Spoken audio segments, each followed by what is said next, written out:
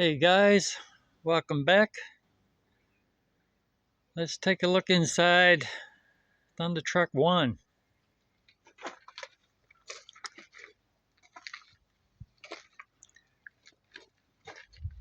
I think you got to remember, the smaller the space, the more organized it has to be. So I'll take a look at the door here.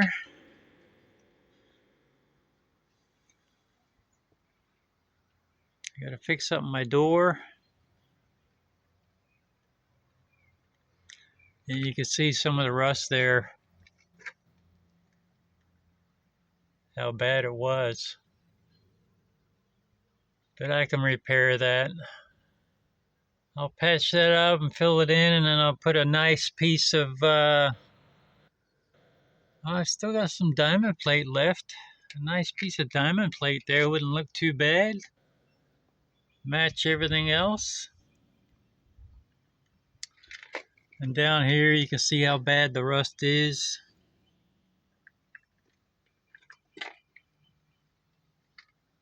See, look at that right there.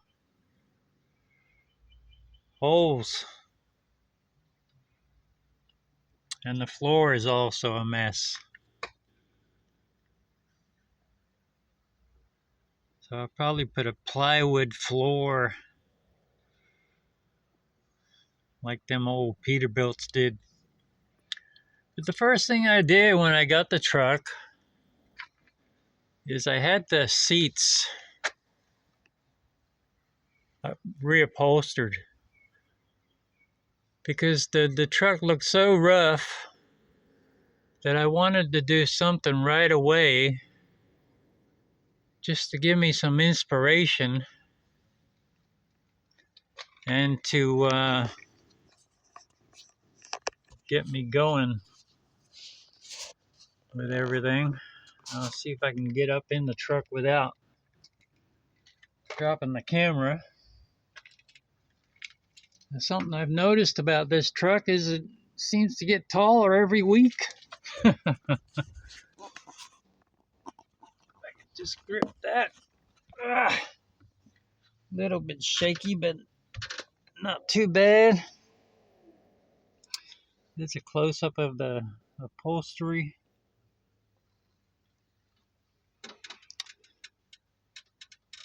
Alright, I'll hop in, get comfortable, and I'll show you guys around.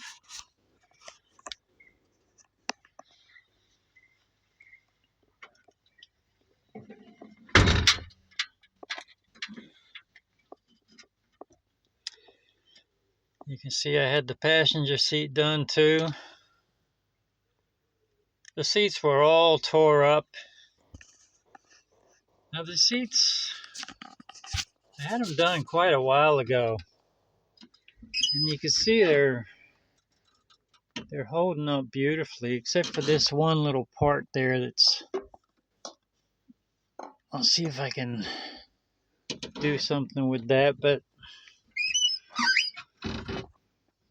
hang on a second, I gotta juggle a few things around here.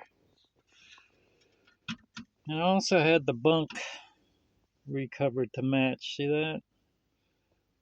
See how beautiful that is? They did some really good work. I did that right off the bat, just to give me some encouragement and something good, something to look at to start with, to inspire me to continue the patch up. Alright, we'll start, but take a look at the header in here. The header is in really good condition. Even though it had so much rust in the roof, the header is still very nice.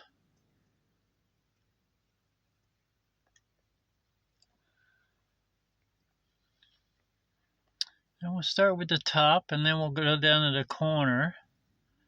This is a mosquito net that I rigged up in here. because there's quite a few mosquitoes here during the summer. So if you can't keep them off you when you're trying to sleep, you'll never sleep because they just keep buzzing in your ear and waking you up.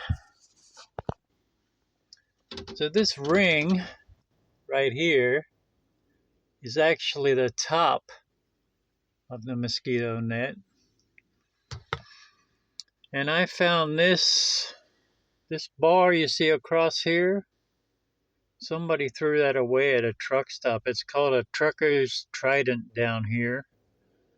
And it's for, if you look in the corner, you can see it's got hooks and stuff. It's for helping you get straps over loads and things like that. So, and then this is the insulation in the cab. The cab is pretty well insulated, but this cover that was on here, see the other side is still pretty good by the flashlight there. But this side was all warped and bent and water damaged. So I just cut it out and figured I'd get around to that some other time. But starting here in the corner, this is my pantry box, I guess you would call it. That's where I keep bread and some bottles of,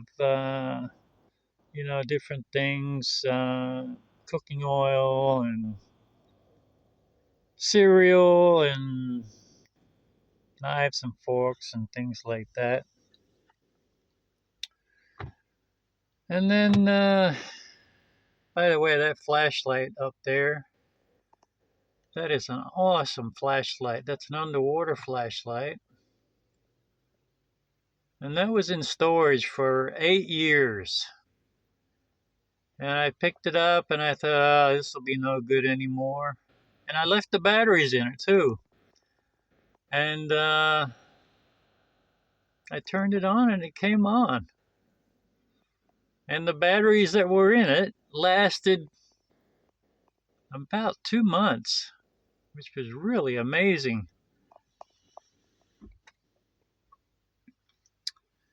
So anyway, then over there in the corner, I don't know if you can see that, I'm losing light here.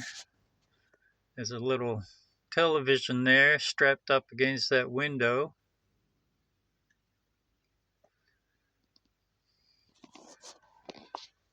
And then across the bunk here, I've just got some basics like shower bag. This here, that's just a bag of empty bottles. Because what I do is, when I'm making some food or whatever, I take the lid and I make a bridge across there. And that becomes another sitting area for what I'm doing, like put my pan there or my plate or whatever, and it doubles as another shelf or table to prep food. And then this is just another small bag that, I don't know, I might keep some fruit in there or, an apple or a couple of oranges or something. And I've just got a lightweight sleeping bag. And then if it gets colder, I'll use this Celtic blanket here. And then if it gets really cold, like down to freezing like it was last week, and I got this extra blanket down underneath. But it's really cozy. You can see the bunk isn't very big. It's only about 24 inches. But it's cozy. But it's definitely Rubik's Cube. Like, that's probably one of the things that ended the cab over era in the US. It's because it always seemed like you ended up with stuff on the bunk, and then to get in the bunk, you had to stack stuff on the seats, and so that's how it is with this little cab. So it's a Rubik's Cube to get in the bed, and then you just remove the clips on the mosquito net. One right here by my head, and then you drop your net, and you keep all the buzzards out. So over here, underneath the paper towel, I've got a little refrigerator. It's only 15 liter. It's very small, but it's good for, a couple of days of food, which is pretty good. Comes with a solar panel. It didn't come with a solar panel. You can get a solar panel, which I don't have, but I still use it. Like if I'm gonna bunk here, I still use it to put food in, especially if it smells good, because any critters out there that smell some good food sitting in the corner, and they're gonna be looking for a way in. Got some light repair to do there. And then I've got another container in the corner there, which is for things like batteries and lighters to light the propane cooker, things like that, non-food items.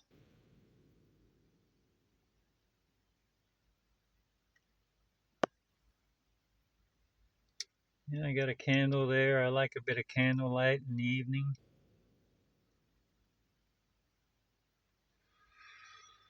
And under my hat, you got the CB.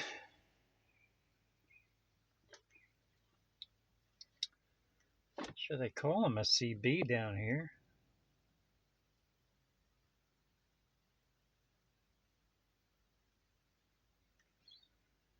And back over here, got my Arkansas toothpick right there.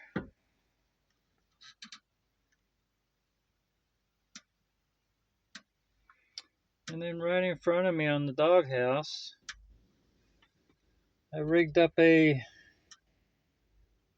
little table to be able to prep food on. So underneath the cooker there. So you move the cooker aside, and then you prep your food.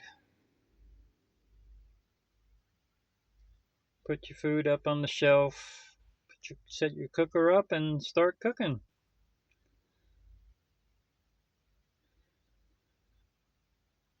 We'll have lunch together in here someday, and you can see how I do that.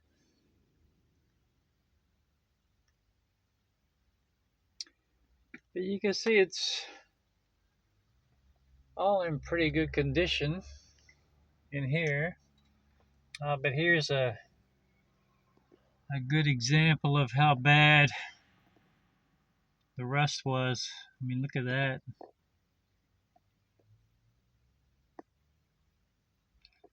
Now, I've got the roof pretty well sealed up because it's been raining a lot here lately, and all that rust there is dry. So there's no moisture there at all. So I've got the the roof pretty well sealed up. And even though I got that cover on there,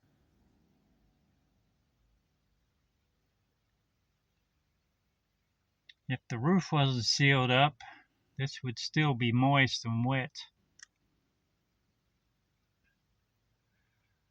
Alright, and coming back down to the dashboard here. Let's look on this console real quick. Ashtray, jar of coffee.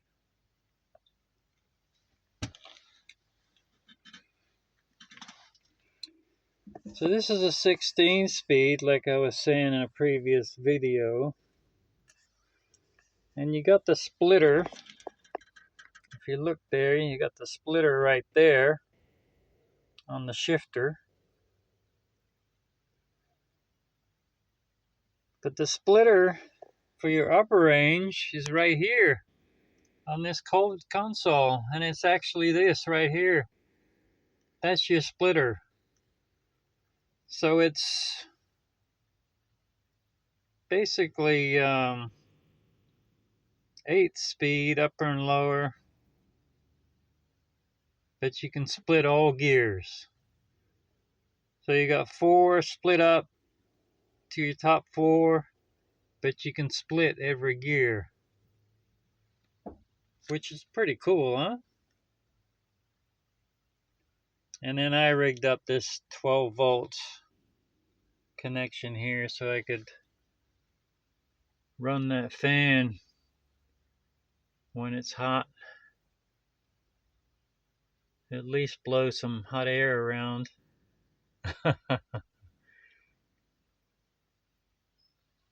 Alright, let's come on down to the dash here. I tidied up the dashboard pretty good quite a while ago. It was all just black and rusty, and I decided to lighten it up a bit. I painted the edges of the gauges white, as you can see, and then the gray part is just aluminum paint. And you see how it's streaky, how it looks streaky or grainy? What I was doing was I was just going to paint it nice and solid and make it all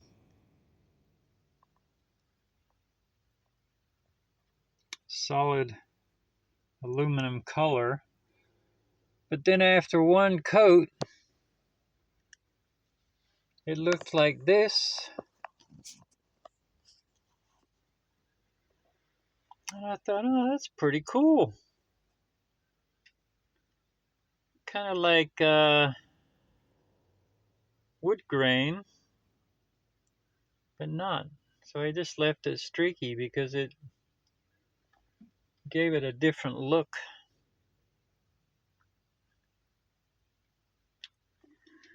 So this is the deal.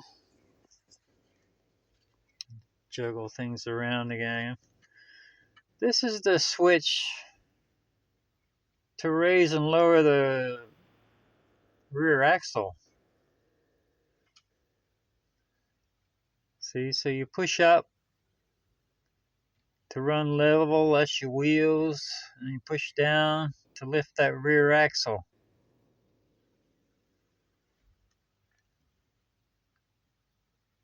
And that's how that works. Then you got some basic gauges, not gauges. I don't know, what would you call them? Switches. Back in the day, what would you call them? Knobs. This is the engine shut off. You have to twist it, pull up, and that'll shut your engine down.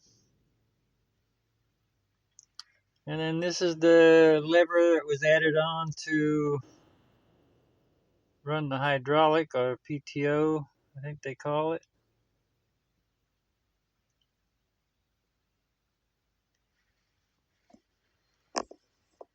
So the gauge, original gauges, but they don't work anymore.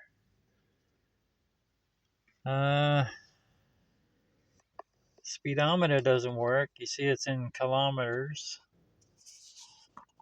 But the rest of them work. It's tachometer right there that works.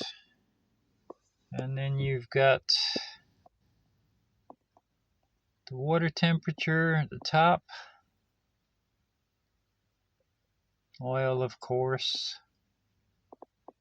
And then that gauge in the middle is your air pressure.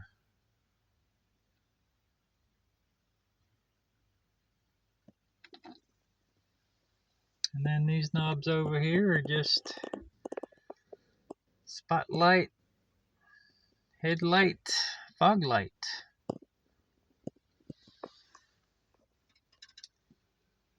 And then V for Volvo.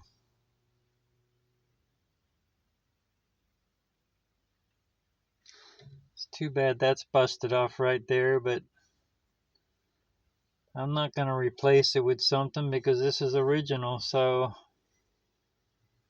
I don't want to get rid of that just because it's got a little piece missing, you know.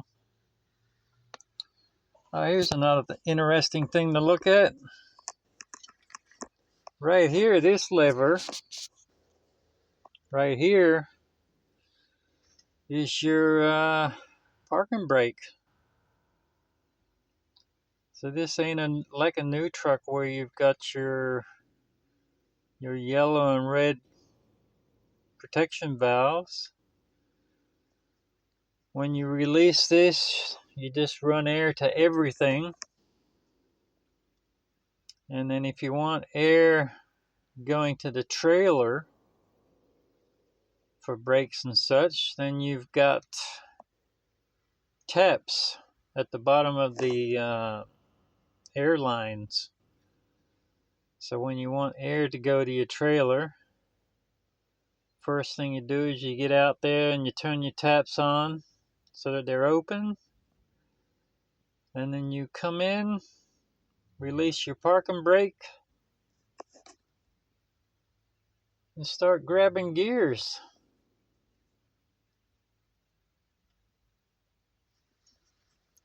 And you can see I also painted the ashtray to match the dashboard.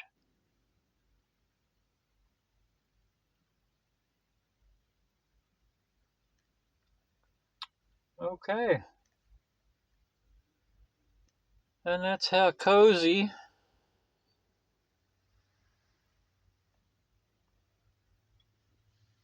and nice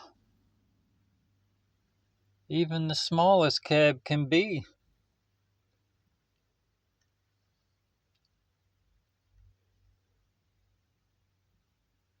So when I stay here for the night, which I might do tonight because the sun's dropping fast, so I think I'll just bunk here tonight.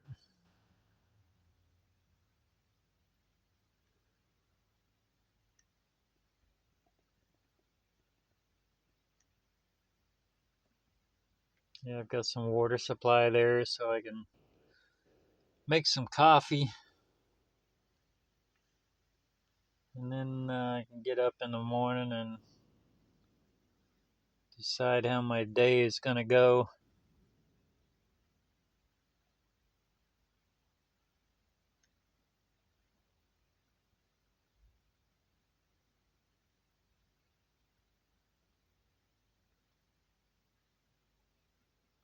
Yeah, I just can't believe that header stayed so nice with all the rust and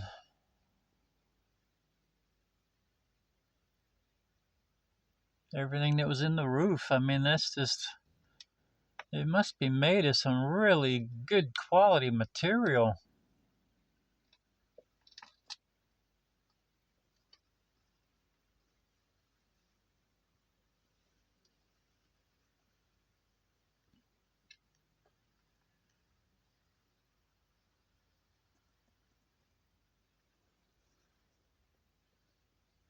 Okay, guys. Have a good day, and I'll see you next week. Adios, Drogos.